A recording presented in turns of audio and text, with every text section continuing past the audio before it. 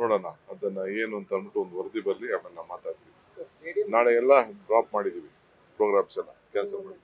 Stadium gate ಅನ್ನ ಎರಡೇ gate ನ ಓಪನ್ ಮಾಡಿದ್ರು, ಇಲ್ಲಪ್ಪ ಎಲ್ಲ ಹೊಡೆದಾಕಿದಾರೆ. ಖಂಡಿತ ಆಗ್ತದೆ. ಅಲ್ಲೆಲ್ಲ ಕಿತ್ ಬೇಸಾಕ್ ನಾನು ಹೋಗಿದ್ದೆ ಸ್ಟೇಡಿಯಂ ತಕ್ಷಣ, ನಾನು ಹೋಗಿದ್ದೆ, ಅಲ್ಲೆಲ್ಲ ಮಾಡ್ದೆ. ಅವ್ರು ಯಾರೋ ಆಫೀಸರ್ಸ್ ನ ಒಳಗಡೆ ನುಗ್ಗಕ್ಕೆ ಬಿಟ್ಟಿರ್ಲಿಲ್ಲ, ಅವರು ಎಲ್ಲ ಹೊಡೆದಾಕಿ ಪಾಪ ತುಳಿದು ಮಾಡಿ ಎಲ್ಲ ಹೆಚ್ಚು ಕಮ್ಮಿ ಎಲ್ಲ ಆಗಿದೆ. ಆಗಿದ್ದ ನಾನು ಸಮರ್ಥನೆ ಮಾಡ್ಕೊಳಕ್ ನಾನಿಲ್ಲ, ಸಮರ್ಥನೆ ಮಾಡ್ಕೊಳ್ತಾ ಇಲ್ಲ ನಾನು. ಬಟ್ ಅತಾಚುರಿ ಆಗಿದೆ. ಆಗಿದ್ನ ನಮ್ಗೆ ಬಹಳ ನೋವಾಗಿದೆ.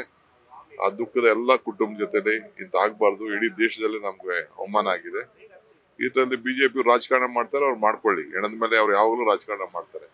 ಅವ್ರು ಹೇಳೋದೊಂದು ಮಾಡೋದೊಂದು. ಯಾರೊಬ್ಬ ಇದನ್ ಕೊಟ್ಟಿರ್ಲಿಲ್ವಾ, ಅವ್ರು ನಮ್ಮ ರಾಜ್ಯದವರಲ್ಲ, ಏನ್ ಸಿಗ್ಬೇಕಾಗಿತ್ತು, ಏನ್ ಸಂಭ್ರಮ ಬೇಕು ಅಂತ ಅವ್ರು ಹೇಳ್ತಾರೆ.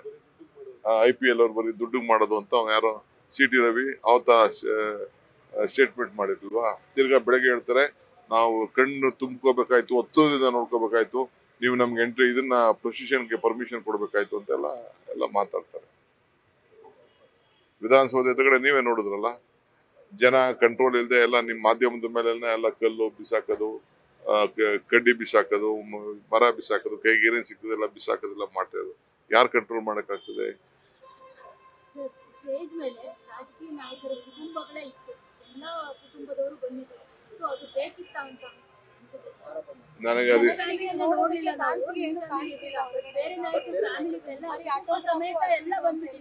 ನನ್ಗೆ ಗೊತ್ತ, ನಾನು ಅದನ್ನ ಯಾರು ಗುರ್ತಿರ್ಲಿಲ್ಲ, ನನಗೆ ಗೊತ್ತಾಗ್ಲಿಲ್ಲ ನನಗೆ.